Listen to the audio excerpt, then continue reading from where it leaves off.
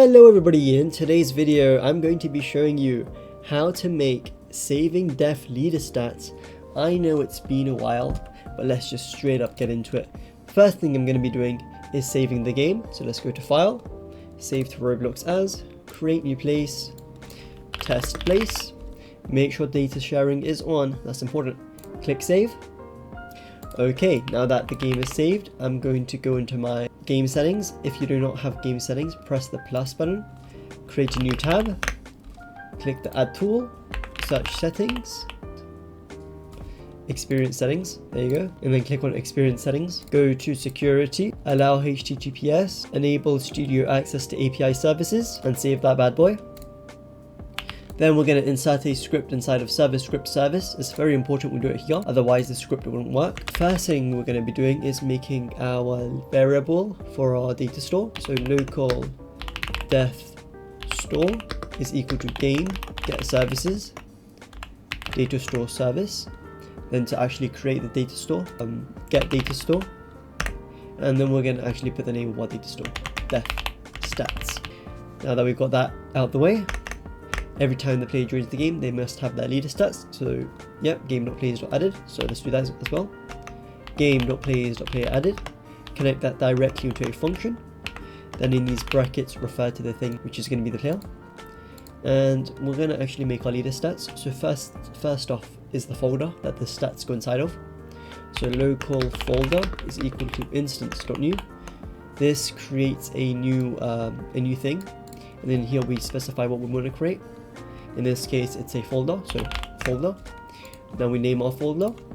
Folder.name equals leader stats. Folder goes inside of the player. So when you change the parent of something, it means where it is, where it's located, and we're going to put it inside of the player. So equals player, puts inside the player. Now we're going to actually create our stats. So local stats equals instance.new. Instead of putting folder this time, we're going to do a init value or a number value. In this case, it doesn't really matter. And we're going to make sure that the stats name is equal to def. And then we're going to make sure the stats go inside of the folder. And then we're going to also make sure we get the value of the stats. So local stats.value equals. Normally you would do 0, but in this case, if somebody already has defs saved in the game, we want to load them up. So equals def store get async player.userid. So this gets the specific data from the data store using the player's user ID.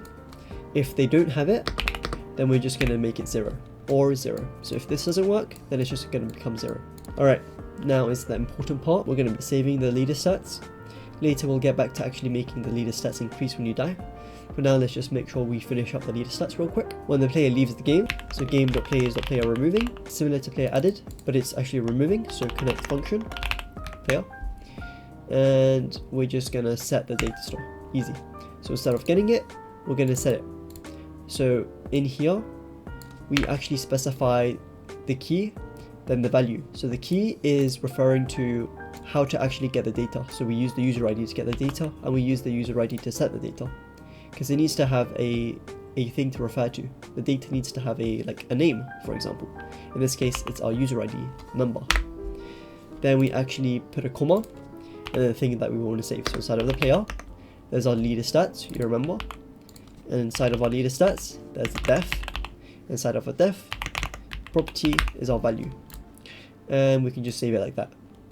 Just in case, I'm also going to put this in a pcall function. This means that if it fails, then we'll be aware. If it works, we'll also be aware. If fail, then print didn't save. Or failed to save. Else if success, then print worked. Now, if the game gets shut down, this might not work, so we're also going to do a game bind to close function.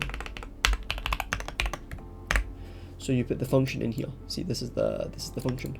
The best way to actually look at it is like this. So the bracket and then the other bracket and then the function. If we space it out, it's easy to see. Now inside of here, this part of the code will only work if the game shuts down. So if you close the server or if it randomly crashes, something like that. So we're just going to put similar code in here. But now we don't have access to our player. Unlike here at the top, we have our player because the player is being removed. But in here at the bottom, we don't actually have access to our player. So what I'm going to do is loop through all of the players. So for i_plr in game.players get players do. Okay, now we have access to each player one by one. So this is going to loop through every player in the player list one by one, and the code's going to happen. Once the code happens, it finishes and it goes on to the next player. And it keeps doing that over and over until there are no more people inside of the players. So we're just going to copy and paste all of this code inside of here. Now we are going to actually make the def increase every time the player dies. So player.character added connect function, and then here we're given the model, so we're going to call that char character, doesn't really matter. We now have access to the model of the character that is added, char, in this case we're calling it short form for character. Now the char.humanoid has the humanoid. See, the AI knows if it died, then it should connect it to a function. So died connect function. Sadly, it does not autocomplete, so we had to type all of that by hand.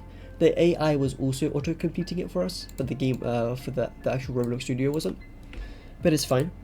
Now we just got to go inside of our player, or we can actually, since it's the same thing here, we can actually just do this stats dot value plus equals to 1. We do plus and equals to because you're not just adding, you're also setting it. So you increase it, then you set it by the thing that you increased it by, which is 1. This humanoid from the workspace. This is my first attempt. I don't know if this is going to work. Probably is. Hopefully will. We'll find out in a second. Let's see. So if I join the game, there we go. We have our defs. I have my def. If I reset, there we go. Increased by 1. Reset again. Increased by 2. Don't know why there's a ragdoll in the game. Don't know what's going on. Roblox is changing these days. But there we go. We have 2 defs. Alright guys, I hope you guys enjoyed this video.